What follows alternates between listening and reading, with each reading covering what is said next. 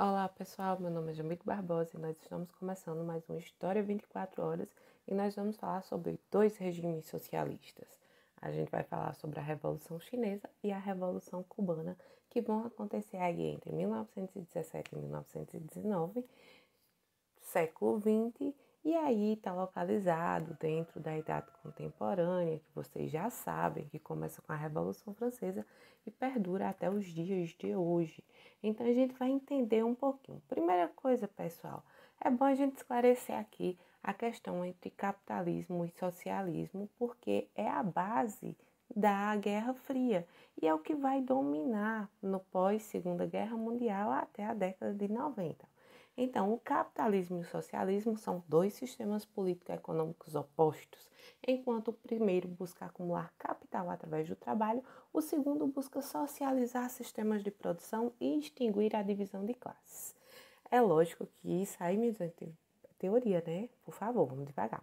O capitalismo é um sistema em que os meios de produção pertencem à propriedade privada. O controle de produção, propaganda e venda do produto está nas mãos dos donos dos sistemas. Além disso, o domínio parcial ou total de todos os meios de produção, independente do segmento, são produzidos por iniciativa particular. O sistema é dividido em classes sociais definidas pelo acúmulo de dinheiro. Por sua vez, o socialismo, o controle é realizado pelo Estado, administrando e distribuindo bens, e é caracterizado pela busca de igualdade para todos os cidadãos. Esse sistema busca a nacionalização completa dos meios de produção. O socialismo praticado por países como Cuba, Coreia do Norte, China é diferente do que foi defendido por Karl Marx no século XVIII. Nesses países, o sistema é fechado, o povo não tem direito à democracia e a censura é comum. É a característica dos regimes socialistas. Então, nós vamos falar sobre dois, né? A gente vai falar sobre a China e vamos falar sobre Cuba. Então, vamos ao que interessa, né? Até a Segunda Guerra Mundial, somente a União Soviética e a Mongólia eram países socialistas. Com o término da guerra, os países da Europa Oriental passaram para a esfera da influência da União Soviética. Em todos eles, os comunistas tomaram o poder e implantaram regimes de economia planificada. Esses países foram Polônia, Hungria, Tchecoslováquia, Bulgária, Romênia, Alemanha Oriental, Iugoslávia e Albânia. Em outras partes do mundo, nos anos seguintes, revoluções comunistas resultaram no implante de regimes socialistas em diversos países. A Coreia do Norte se tornou socialista em 45, em 49 foi a Revolução Chinesa, em 59 foi a Revolução Cubana e na Nicarágua a gente vai perceber que eles vão triunfar em 1979. O Vietnã vai ser unificado sob o regime socialista em 1975, seguido pelo Laos e pelo Camboja, Angola, Moçambique e Guiné-Bissau, que abraçaram o caminho do socialismo na década de 70 após as suas independências. Então, como é que se dá a Revolução Chinesa? Em 1912, a China deixou de ser um império, foi proclamada república, terminava o sistema milenar monárquico de governo, que era vigente desde os períodos das dinastias.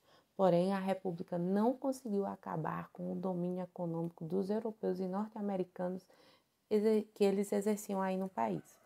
Aliados, esses norte-americanos e europeus eram aliados aos chefes militares locais e parte da burguesia chinesa, a fim de encontrar um novo caminho para o país, livrando-se da dominação estrangeira.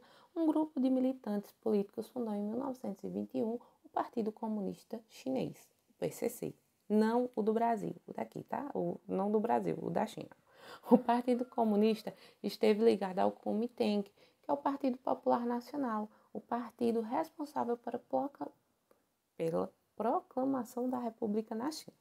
Em 1927, o chefe do Kuomintang, general Chiang Kai-shek, massacrou os comunistas em Xangai por agirem em desacordo com o seu partido. A perseguição aos comunistas estendeu-se por todo o país. Para evitar o extermínio total, um dos principais líderes, Mao Tse-tung, vai decidir se afastar para o norte do país, acompanhado de 300 mil pessoas, entre homens, mulheres e crianças. Essa fuga fica conhecida como Longa Marcha. Por onde eles passavam, eram vistos por milhares de pessoas. Mao e seus companheiros organizavam concentrações populares, pregando liberdade e igualdade. Em outubro de 1935, depois de caminhar 10 mil quilômetros, alcançaram a remota província de Shensi, onde Mao estabeleceu seu governo geral. Dos 300 mil que partiram, chegaram 30 mil. A guerra entre comunistas e nacionalistas foi temporariamente suspensa durante o início da Segunda Guerra Mundial, quando o Japão invadiu a China. Com o fim da guerra, os comunistas passaram a receber a ajuda da União Soviética. A Guerra Civil durou até 1949, quando os comunistas derrotaram os nacionalistas e implantaram um governo com bases socialistas chamada República Popular da China, um dos maiores sistemas socialistas atualmente. O novo governo chinês, liderado por Mao Tse-tung, tentou, desde o início, conquistar a confiança dos camponeses. Por isso, ele vai tomar uma série de medidas para acabar com a pobreza. Mao se apropriou de grandes propriedades de terra, distribuindo para mais de 70 milhões de pessoas, em 70 milhões de famílias, tá? Em 1958, todas as indústrias passaram para o controle do Estado e cooperativas. Parte das críticas feitas ao governo comunista chinês está relacionada à centralização do poder nas mãos do Partido Comunista Chinês. Um ano após tomar o poder, Mao invadiu o Tibete, anexou esse território e, em 1966, visando combater a oposição interna, foi lançada a chamada Revolução Cultural Proletária, que perseguiu elementos opositores, principalmente intelectuais. Em 1976, com a morte de Mao Tse-tung, Deng Xiaoping assumiu a liderança do país e flexibilizou o comunismo no país, permitindo a iniciativa privada em pequena escala. Ou seja, não há um rigor de uma doutrina, de um dogma stalinista aqui não, viu, minha gente? A gente já percebe que a China é mais aberta, até porque a gente sabe das relações comerciais com o restante do mundo, tem um quezinho ali, um pezinho de capitalismo, né? E a Revolução Cubana, como foi que se deu? A ilha de Cuba se torna independente em 1898 com a ajuda dos Estados Unidos, que inclusive vai ajudar na escrita da Constituição, vai intervir, vai ter inclusive uma base militar lá em Cuba, a base de Guantánamo. Então, empresários norte-americanos passaram a investir muito dinheiro na indústria do açúcar e no turismo cubano. Essa situação não se alterou até 1952. Tecnicamente, minha gente, deixou de ser dependente da Espanha e passou a ter uma dependência com os Estados Unidos, né? Principalmente porque ele tem aí o apoio de um governo lá dentro do presidente Fulgêncio Batista. Batista servia de proteção a todo tipo de negociata e prática corrupta de oficiais do exército, das poucas famílias ricas e dos norte-americanos que tinham negócio em Cuba. Muitos cubanos passaram a combater a corrupção do governo de Batista, o que desencadeou uma repressão política contra adversários do governo, com torturas e prisões em massa. Um desses adversários era o jovem advogado chamado Fidel Castro. Achando que pelos meios pacíficos não iria conseguir nada, ele reuniu um pequeno grupo de revolucionários e com ele tentou dominar parte das forças armadas, forças militares do país. Não teve sucesso, foi preso. 2 anos depois ele foi solto, decidiu mudar de tática. Exilou-se no México e lá reuniu um corpo de guerrilheiros de 82 combatentes para iniciar a guerra de guerrilhas contra o governo Batista. O desembarque dos revolucionários ocorreu em 1956, mas as forças do governo já tinham descoberto o barco. Então houve uma luta e o grupo de guerrilheiros teve que se esconder nas florestas de Sierra Maestra. Do alto da serra, através de uma mini estação de rádio, passaram a pregar a luta contra o governo. Aos poucos, através de ataques surpresas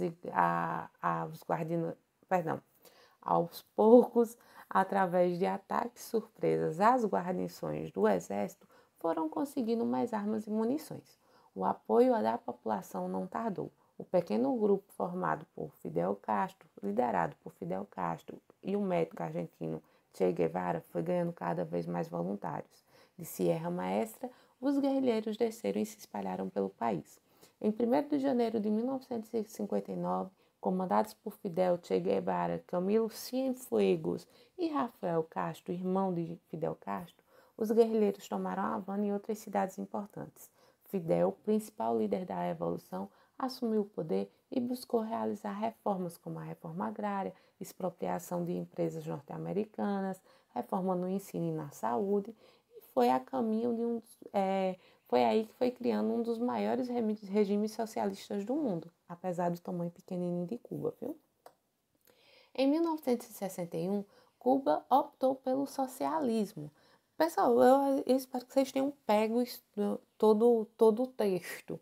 Então, se vocês observarem, Cuba não estava lutando para ser um país socialista. Ela se torna depois da imposição da Revolução Cubana, depois da vitória de Fidel.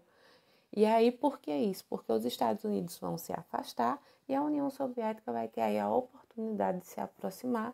Inclusive, é dentro desse período aí que a gente vai ter um dos períodos mais tensos dentro da Guerra Fria, que foi a Guerra de Mísseis, a Guerra dos Mísseis, foi por conta da instalação de uma base de lançamento de mísseis da União Soviética no território cubano, voltado para os Estados Unidos.